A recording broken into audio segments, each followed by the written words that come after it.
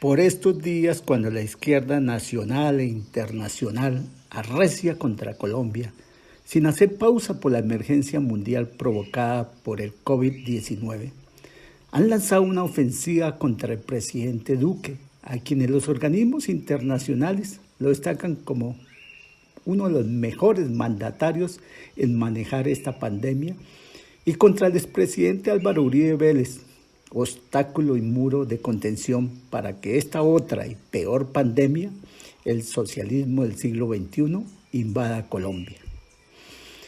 Resumo los hechos que la historia los ha confirmado y con el ánimo de recordar a aquellos que ya perdieron en su memoria los acontecimientos y para que los jóvenes escuchen esta exposición, diferente a los cuentos que les quieren impregnar, invadiendo y atropellando sus capacidades de conocimiento, entendimiento y comprensión. Detallo brevemente el país que recibió el presidente Álvaro Uribe en el 2002 y el que entregó el 7 de agosto de 2010. Para iniciar, ¿recuerdan aquello que los medios de comunicación llamaban pescas milagrosas? Es decir, que los que se atrevían a salir de las grandes ciudades a 2 horas o menos estaban expuestos al retén guerrillero, robo y secuestro. La orden fue clara para el ejército, quienes vivían dentro de los cuarteles, salir a apoyar inicialmente la gran labor solitaria que la policía ejercía. Rápidamente a lo largo y ancho del país y en todas las carreteras se colocó el acompañamiento de los soldados y las primeras caravanas de recuperación del sistema vial aparecieron hasta reconquistar el tránsito por todas las carreteras a nivel nacional con seguridad. Más de 400 alcaldes no podían despachar desde sus sedes municipales. Todas las autoridades regresaron con la protección de la Policía Nacional y con ellos, muy cerca, nuestro ejército vigilaba caminos y veredas. Un país con un promedio anual de 35.000 asesinatos por acciones de guerrilleros, narcotraficantes y los mal llamados paramilitares. Terminó el mandato del presidente Uribe con 50.000 bandidos menos, entre desmovilizados, capturados y dados de bajas, con decenas de miles de armas que dejaron de asesinar a una población indefensa. La estadística oficial al final del gobierno registró 17 asesinatos por cada 100.000 habitantes. Muchos, pero muy pocos en comparación con otros países, inclusive de nuestros vecinos que ya mostraban hasta 130 por cada 100.000 habitantes, a pesar de su engaño que vendían al mundo de igualdad y de paz. Los que por nuestro trabajo pasamos frecuentemente por el aeropuerto, fuimos testigos de los cientos de miles de familias que se vieron obligadas a salir del país. Una gran cantidad regresaron y muchas de ellas, gracias a su alto grado de formación y talento, se quedaron como ejecutivos y funcionarios de primer nivel, llevando en alto el buen nombre de nuestro país e incrementando el envío de divisas en dólares y euros que tanto beneficio ha generado como inversiones y ayudas familiares. Se vende, se arrienda. Estos avisos en ciudades y pueblos sobresalían por todas partes debido a la inseguridad y falta de posibilidades. Las casas, apartamentos, locales y fincas recuperaron sus precios e inclusive en muchos casos se llegaron a cifras jamás presupuestadas.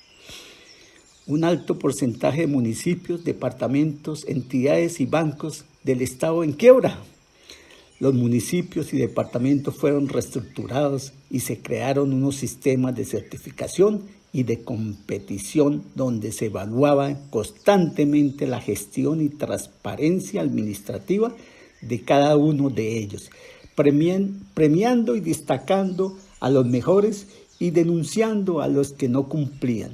Los bancos ineficientes y con grandes pérdidas fueron reformados y luego vendidos por 2 y 3 veces su valor estimado.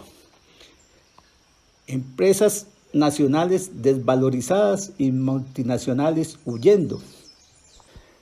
Las acciones en las bolsas de valores mostraron a través de los años 2002 a 2010 un incremento de sus valores entre los más destacados de América Latina. El sector petrolero, es decir, las empresas dedicadas a proveer la infraestructura para explorar, perforar, extraer, producir y transportar el crudo, regresaron al país. Y Colombia pudo contar con una producción de 850.000 barriles diarios, con un problema. Todos los estimados se quedaron cortos para el incremento ya certificado de los siguientes años, tiempo en el cual se debía haber construido una mayor red de oleoductos. Definitivamente un buen problema, pero no se continuó. Es por ello que ahora nos toca ver carrotanques a lo largo del país llevando crudo o productos terminados con el alto costo que esto representa. En aquel momento, año 2010, en un video manifesté anticipándonos a la bonanza. Junto con la participación del sector minero, sin duda se constituyen en las 2 principales fuentes de ingresos en los próximos 10 años. Lo que debe llamar a la seriedad, prudencia y responsabilidad en el manejo de los dividendos y regalías, constituyendo fondos de estos dineros para pagar anticipadamente una buena parte de la deuda externa. Otro tanto para infraestructura y siempre otra importante cantidad como ahorro. La respuesta del siguiente gobierno fue doblar la deuda externa y triplicar la interna. Los ejecutivos de las empresas multinacionales con la orden clara de no salir de los grandes centros urbanos. En los últimos años de la administración Uribe, como decía un comercial que tanto recordamos de televisión, Colombia, el riesgo es que te quieras quedar. Cada tercer día los terroristas volaban tramos de oleoductos o torres de energía. Debido a la presión de la fuerza pública y a la creación de un grupo grande de miembros de las Fuerzas Armadas, se dieron las garantías necesarias para que no se siguiera atentando contra nuestra riqueza natural y de esta forma se controlaron los daños que con las acciones terroristas le hacían al rico sistema de biodiversidad de Colombia, destacado como uno de los más importantes del mundo. Más de 100 asaltos por año a pueblos y estaciones de policía. El Estado responde como debe ser, integrando a todas las fuerzas armadas en auxilio de nuestros valientes policías que por varios años, 10 o 20 héroes, aguantaban por horas el ataque cruel y con armas no convencionales de 100, 200, 300 y más guerrilleros que se habían acostumbrado a destruir pueblos, robar bancos, asesinar o secuestrar a nuestros policías y soldados con la indiferencia de unos gobernantes que no cumplían con la Constitución que habían jurado defender. Por fortuna, al final del gobierno de Andrés Pastrana, al verse engañado, logró consolidar una alianza con Estados Unidos, conocido como Plan Colombia, herramienta que utilizó el presidente Uribe para salvar a la nación. Lo peor, 2.000 secuestros por año. Recibió el país con más de 3.000 secuestrados, tanto que el Nobel de Literatura militante comunista, el portugués José Saramago, escribió en una carta, abro comillas, el presidente Uribe tiene por lo menos 3.000 motivos para no dormir bien. No puedo más que desearle buenos y largos insomnios. Cierro comillas. Quedaron 180, muchos, inclusive la mayoría con más de 8 años de secuestro. El nuevo gobierno debía seguir las operaciones, pero estas se suspendieron y al final nunca se ha podido saber de la suerte de centenares de personas a pesar del compromiso en el acuerdo de FARC-Santos. El país en el 2002 contaba aproximadamente con 30.000 paramilitares que por ausencia del Estado habían asumido la autoridad a su manera en grandes zonas del país y para ello finalmente cayeron en las mismas acciones de su enemigo, la guerrilla, secuestros, asesinatos, desplazamientos de campesinos y narcotráfico. Con un gesto de generosidad claro de frente al país, el gobierno del presidente Uribe les ofreció un camino de reinserción a aquellos que no tenían pendientes delitos de lesa humanidad y a sus jefes una condena en cárceles colombianas con el compromiso de no seguir delinquiendo, de revelar la verdad y reponer a las víctimas regresando tierras y bienes adquiridos ilícitamente. Como no cumplieron, los extraditó y pagaron sus penas en centros de reclusión en los Estados Unidos. Varios de ellos aún siguen en las cárceles de esa nación. Con más de 160.000 hectáreas de cultivos de coca recibidas en el 2002, gracias a las medidas tomadas, fumigación con glifosato, extinción del dominio de los grandes capitales ilícitamente obtenidos, bombardeos y extradiciones, se logró al final del gobierno que solo se registrara 46.000 hectáreas de cultivos. Inversión extranjera en el 2002 de 2.000 millones y exportaciones de 12.000 millones de dólares. Logramos una cifra récord anual de inversiones de 10.200 millones de dólares, 5 veces mayor. La inversión extranjera, de acuerdo al PIB, 25%, fue la más alta de Latinoamérica. Las exportaciones alcanzaron los 36.000 millones de dólares. El Producto Bruto Interno se multiplicó por 2.5 veces, pasando de 100.000 millones a 250.000 millones de dólares. Un desempleo del 18% con tendencia a subir. En el 2008 se llegó a una cifra del 10%, pero debido a la crisis mundial y al efecto del cierre del comercio por parte de Venezuela casi en su totalidad y parcialmente por parte del Ecuador, el desempleo se situó en el orden del 12%. Durante los 8 años se crearon 3 millones de empleos. Un sistema de salud quebrado y con 20 millones de colombianos asegurados. Intervino y reformó 240 hospitales y se incorporaron 23 millones de personas, es decir, más del 90% de los colombianos quedaron con asistencia en salud. Un país lleno de miedo por el poder de todos los actores que al margen de la ley mantenían a los colombianos en silencio y sin posibilidad de denunciar. En la presidencia de Uribe Vélez se permitió hacer oposición, hubo libertad de expresión, los sindicalistas y periodistas se sintieron con garantías y se pudo denunciar gracias a la independencia de cada uno de los poderes. Los jefes guerrilleros estaban convencidos que su poder les garantizaba morir de viejos. Durante 8 años sufrieron los golpes más contundentes de su historia por parte de las Fuerzas Armadas y fueron dados de baja grandes cabecillas del secretariado.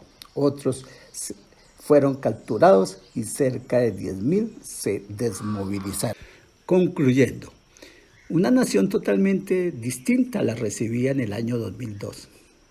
En el 2006 y 2007 llegamos a tener crecimientos en la economía del 6.7 y 6.9%. Pero ahí aparecieron los primeros obstáculos.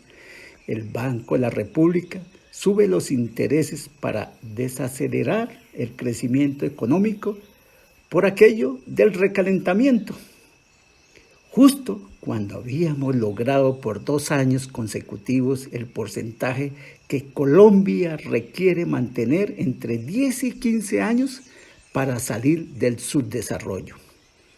A pesar de la crisis mundial, la economía en el 2009 no se contrajo. El PIB registró 1.5% de crecimiento y el 2010 se recuperó llegando a 4.3%. Teníamos relaciones de libre comercio con 5 naciones y con los tratados negociados se llegaron a 47. Pronto el tan esperado y merecido TLC con Estados Unidos y Corea sería aprobado. No estábamos aislados, todo lo contrario, abrimos el camino de integración en todo un mundo de posibilidades. El analfabetismo estuvo muy cerca de ser superado, se ampliaron todos los cupos de los diferentes niveles de educación.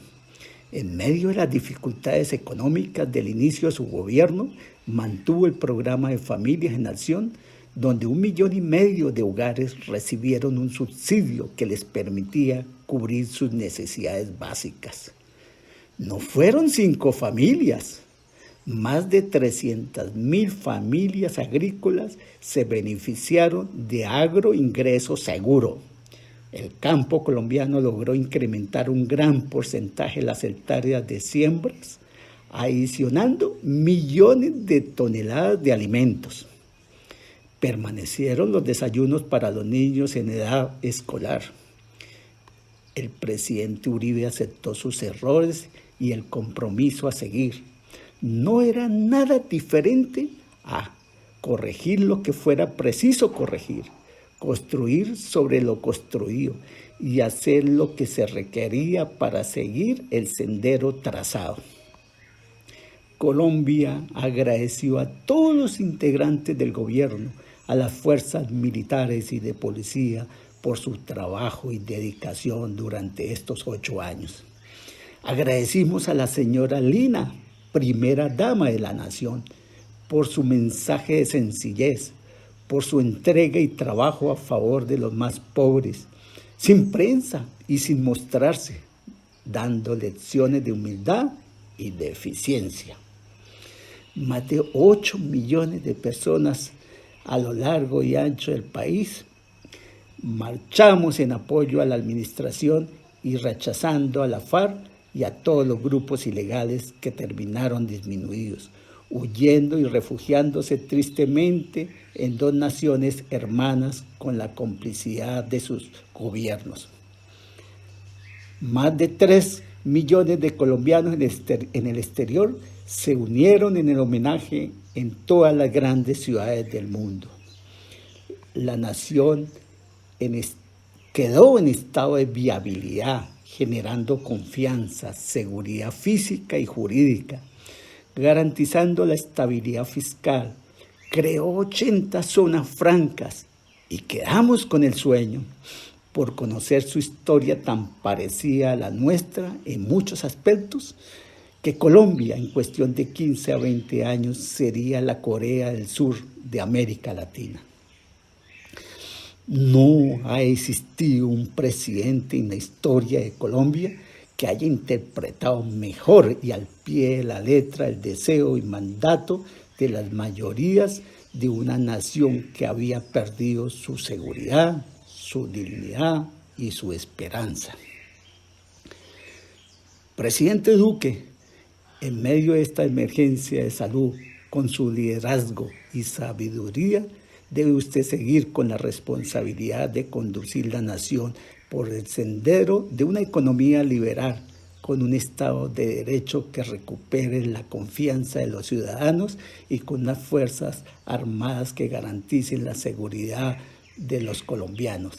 Siempre les hemos manifestado y reiterado que es la institución más apreciada por los colombianos. Con su firme determinación, señor presidente, a pesar de las grandes dificultades, nos vamos a recuperar de esta tragedia. Muchas gracias.